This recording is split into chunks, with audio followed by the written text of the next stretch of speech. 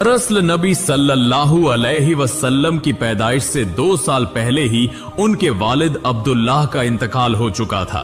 नबी सल्लल्लाहु अलैहि वसल्लम और मां आमिना कुछ अच्छा वक्त गुजारने लगे। इसी तरह तकरीबन 2 महीने और गुजर गए।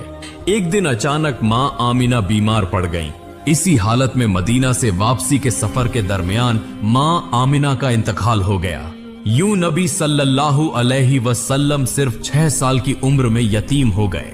यह खबर एक यहूदी को मालूम हुई तो वह अपने लोगों के पास जाकर बोला, वह बच्चा अब बिल्कुल अकेला है, आओ हम उसे कत्ल कर दें। जब वह सब मिलकर नबी सल्लल्लाहु अलैहि वसल्लम को कत्ल करने आ रहे थे, एन इसी वक्त नबी सल्लल्लाहु अलैहि वसल्लम के चचा ने उन्हें रोक लिया। इसके बाद अबू तालिब नबी सल्लल्लाहु अलैहि वसल्लम को लेकर मक्का में दादा अब्दुल मुत्तलिब के पास आ गए। इसके बाद नबी सल्लल्लाहु अलैहि वसल्लम दादा अब्दुल मुत्तलिब के साथ रहने लगे, बैतुल्लाह की देखभाल करते और मक्का के लोगों की मदद करते थे। दादा अब्दुल मुत्तलिब जो कुछ कहते नबी सल्लल्लाहु अलैहि वसल्लम वही करते थे। इसी तरह वक्त गुजरता रहा, लेकिन एक दिन अचानक दादा अब्दुल मुत्तलिब काबा का तवाफ करते हुए शदीद बीमार हो गए। उन्हें फौरन घर ले आया गया। इस मौके पर मुतकब्बिर चचा अब्बू लहब दिल ही दिल में कहने लगा, अब मैं कुरैश कबीले का सरदार बनूंगा।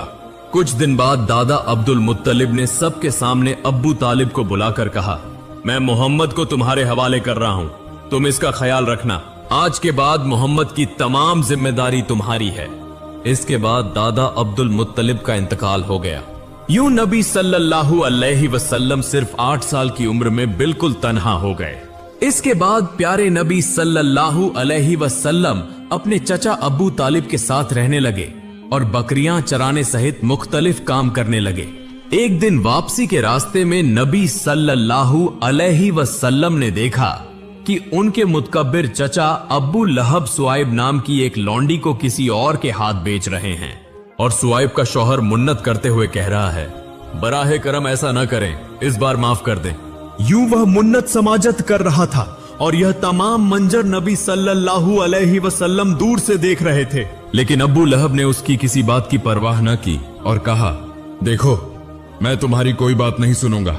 अगर तुम अभी फौरन मेरा वाजिबुल अदा माल अदा कर दो तो मैं तुम्हारी बीवी को फरोख्त नहीं करूंगा।